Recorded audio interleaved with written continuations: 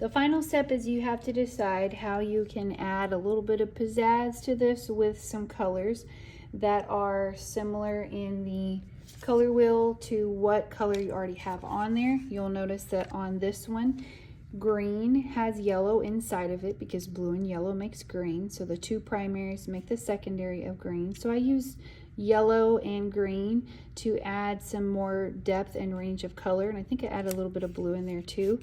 If I look at my color wheel that is at my table,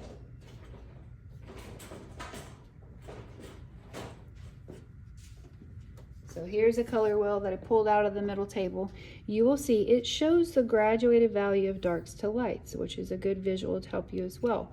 The color that I have is like a red-orange color. Colors that are analogous are side by side.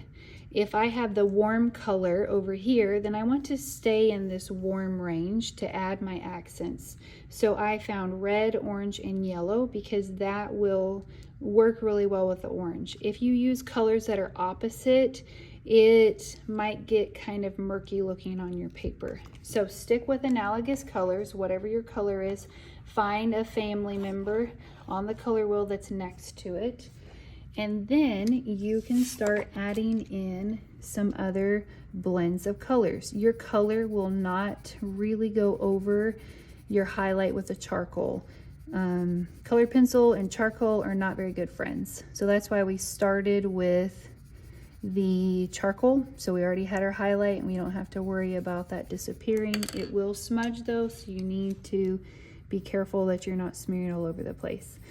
This orange is not showing up a lot, but it's adding a little bit of a pop to it. And then my red might show up a little bit more. I'm not pressing very hard. I'm just adding a little bit of extra color onto here.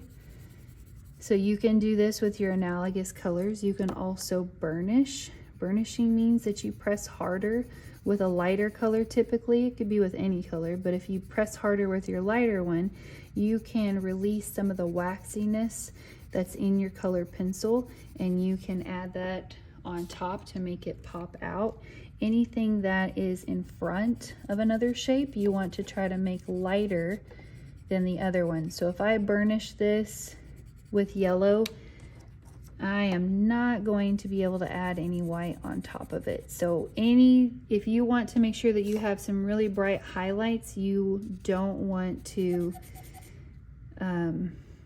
really color in all the area in color pencil if you didn't get all the highlights in that you wanted, because this charcoal is not coloring on top of that at all. Like, I cannot see the